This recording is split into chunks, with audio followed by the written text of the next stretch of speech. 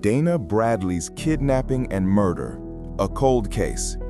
December 14, 1981, St. John's, Newfoundland, Canada. 41-year-old cold case.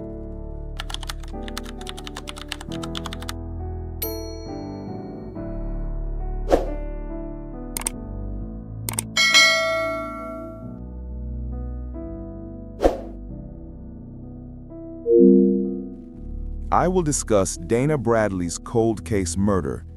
It has been 41 years since this terrible crime occurred. On December 14, 1981, this case occurred in my hometown of St. John's in Newfoundland, Canada. I was 9 years old. Where I live, murder is still a rare occurrence, even in 2022. The event occurred 41 years ago, and it was very shocking. My first episode is based on this cold case. Introduction. Dana Bradley was born in St. John's, Newfoundland, Canada on July 24, 1967. Patrick Street was where she lived with her family. Described as being bright, an excellent student, and passionate about art, she was a ninth grader at I.J. Sampson Junior High School. Besides being an artistic student, Dana had a lot of friends. She had lived with her mother and stepfather. An unknown murderer took her too soon when she was just 14 years old. The disappearance. Her mother's birthday celebration was around 5 p.m., so she hitchhiked home from a friend's house along Topsail Road. She was last seen entering a four-door 1973 to 1976 Dodge Dart or Plymouth Valiant by two brothers. Other witnesses also provided the driver's description. After Dana called her family just before leaving her friend's house, her family became concerned when she didn't show up. They contacted the Royal Newfoundland Constabulary. Investigators discovered that a witness had seen Dana Bradley get into a car with a male driver before her disappearance. Here are some more details of the story. Around 2:50 p.m. on December 14, 1981, Dana left school. At a convenience store, she met her friends. A friend of Dana's named Penny invited them to her home. Only a few hours were available for Dana to stay. It was her mom's birthday, and she was excited to celebrate with her mother and family. They informed her family that Dana was walking to the bus stop and that she would arrive home around 5:30 p.m. This was Dana's last appearance or conversation. Then Dana walked to the Topsail Road bus stop, waiting for the bus. Two brothers who were on a break at work spotted her. The police would later learn that Dana stuck out her thumb as she hitched a ride. Their car was a light-colored Dodge Dart or Plymouth Valiant, either from 1973 to 1976. The driver was male. There was a broken driver's side door in the car as the driver had to open from the inside. They also said it was very rusty, but didn't think to get a license plate number because of so many people hitchhiking in those days. Missing persons reports were filed when she did not return home. There was a lot of talk around Dana's case. They published a picture of her in the newspaper, as well as the boots and pants she was wearing when last seen. In addition, they created a composite sketch of the man who was last seen with Dana. The disappearance. A man and his family were out on December 18th. A Christmas tree was on their wish list, but they decided not to go to the lot to buy one. In Maddox Cove, they hiked into the remote woods. It was also a place where people disposed of items, and it was littered with garbage. As soon as he looked at the snow, he noticed footprints. Then he saw what appeared to be a mannequin. The body was not that of a mannequin, but of Dana Bradley. The police were notified after he returned the family to the car.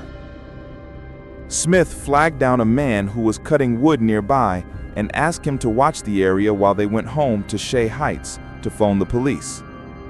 There were school books tucked under Dana's arm, and her face appeared to have been cleaned. She was described as positioned in a burial fashion.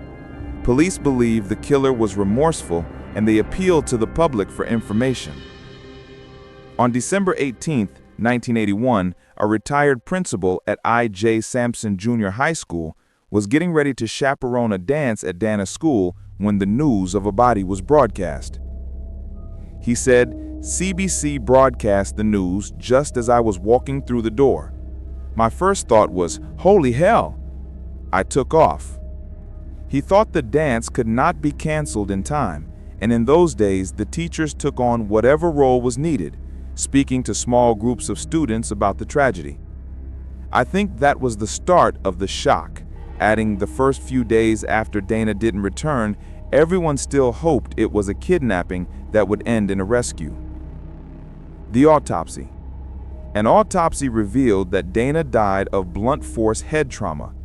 On the day of her disappearance, Dana's skull was fractured, and the medical examiner confirmed that they probably killed her on the same day that she disappeared. It has never been revealed if Dana was sexually assaulted or not, but there was a small amount of unknown male DNA found at the scene.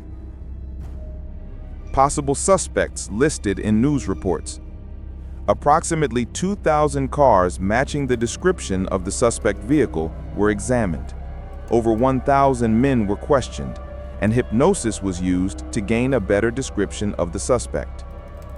The chief inspector in this case received a note in 1986. An ex-convict named David Somerton killed Dana, according to the note. David admitted killing Dana when he was confronted.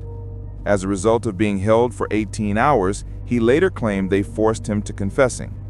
A 2-year prison sentence was imposed on him for public mischief and for wasting police time and resources. In 1982, a man made cruel, harassing phone calls to the Bradley family and was sentenced to 9 months in prison. It wasn't until 2014 that another suspect was raised, a man named Robert who came forward. He claimed that he witnessed the death of Dana. Despite repressing the memory of that day, Robert wanted to speak out. He identified the killer as a family friend, Thomas Carey. Thomas was a convicted pedophile as well. On that December day in 1981, Robert said he and his 4-year-old brother were with Thomas. In his account, they picked up Dana from the airport and she made conversation with the boys. After giving Thomas Dana's address, Thomas continued to drive until he reached a wooded area and pulled over. After Dana rejected Thomas's advances and fought back, Robert said he killed her. Robert said Thomas hit Dana over the head with a tire iron and put her into the trunk of the car. Her body was then driven to Maddox Cove, and Robert placed Dana's schoolbooks in her arms. His hope was that she would wake up and be able to go to school the next day. The car was then taken to a property owned by the Carey family in Witless Bay. However, there was still much contention over buried vehicles linked to Carey. Citizens operating the Justice for Dana Bradley Facebook page fought to have the vehicles excavated and tested. In 2016, the administrators of the Facebook page hired their own forensic team after the Royal Canadian Mounted Police refused. There was no evidentiary value to any forensic evidence found in the vehicles because of deterioration. Royal Canadian Mounted Police officials did not believe Robert in 2011 when he tried to come forward.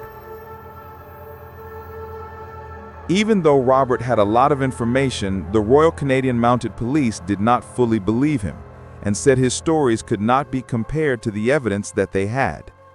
They found that the DNA did not match that of Thomas Carey. In the first place, I would like to know why a car would be buried. It seems very unusual to me, but according to the police, they have cleared Carey of murder charges through DNA evidence, so I find it unlikely that he was involved. Another question was, why did the police fight so hard not to dig up the car? The Newfoundland government even said they would pay for the dig, but the police still refused.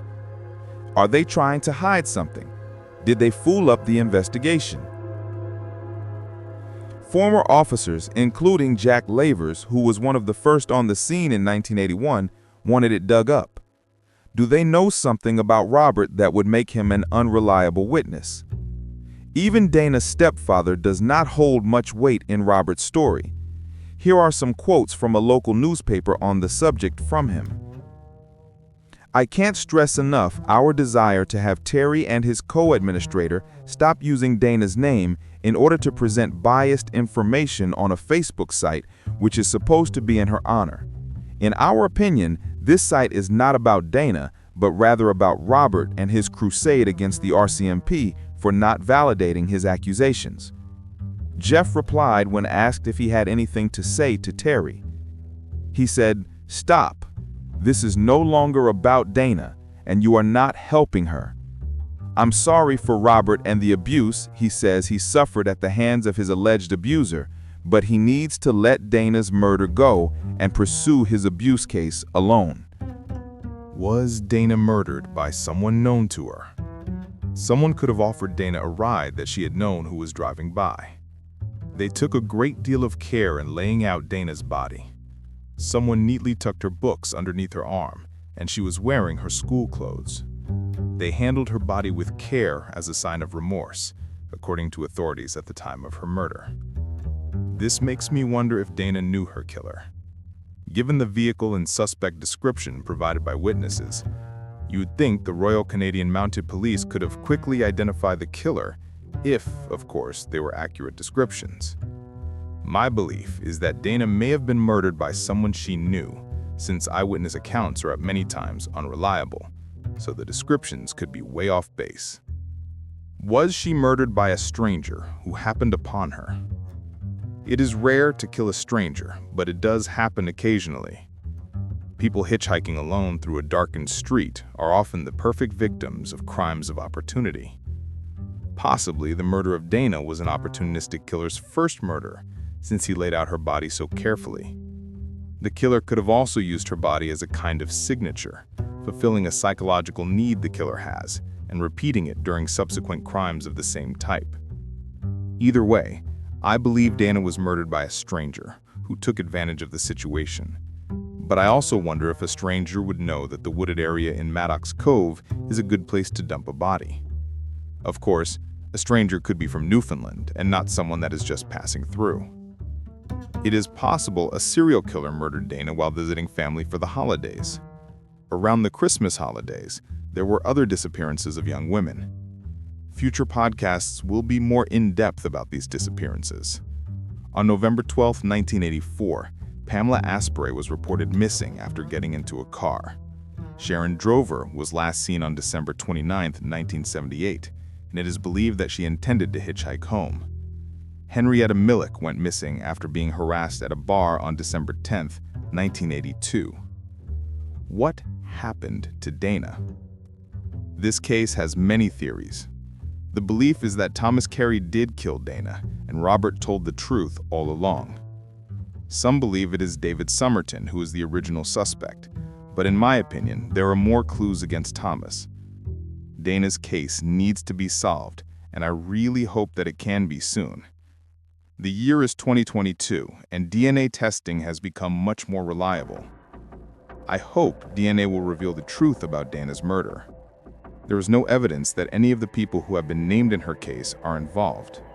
The DNA found at the crime scene would probably match Thomas's DNA if he had been her killer. Updates. A Royal Canadian Mounted Police investigation into the Bradleys revealed recent DNA evidence in May 2016. An analysis of a DNA sample recovered in 1981 connected the murder to an unknown male subject. The DNA evidence also eliminated existing suspects, including the man that had his 2 cars excavated. In 2021, it was reported that the Royal Canadian Mounted Police were contacted by GED Match, which uses genetic genealogy, that solved about 500 cold cases in the US and Canada. GED Match alone was used to solve 75% of those cases, including the 1984 Ontario murder of 9-year-old Christine Jessup. Corporal Jolene Garland wouldn't confirm whether Royal Canadian Mounted Police have availed of the new technology, except to say they're using everything at their disposal. Dana Bradley's murder remains unsolved as of 2022. Bradley would have been 55 years old if she were still alive. I do feel it was someone passing by that fateful day who picked up Dana, and she did not know him. Was this his first killing, or is he also responsible for the other disappearances as well? Anyone with information about Dana's murder should contact the Royal Canadian Mounted Police at 709-772-5400 or call the Anonymous Crime Stoppers tip line at 1-800-222-8477.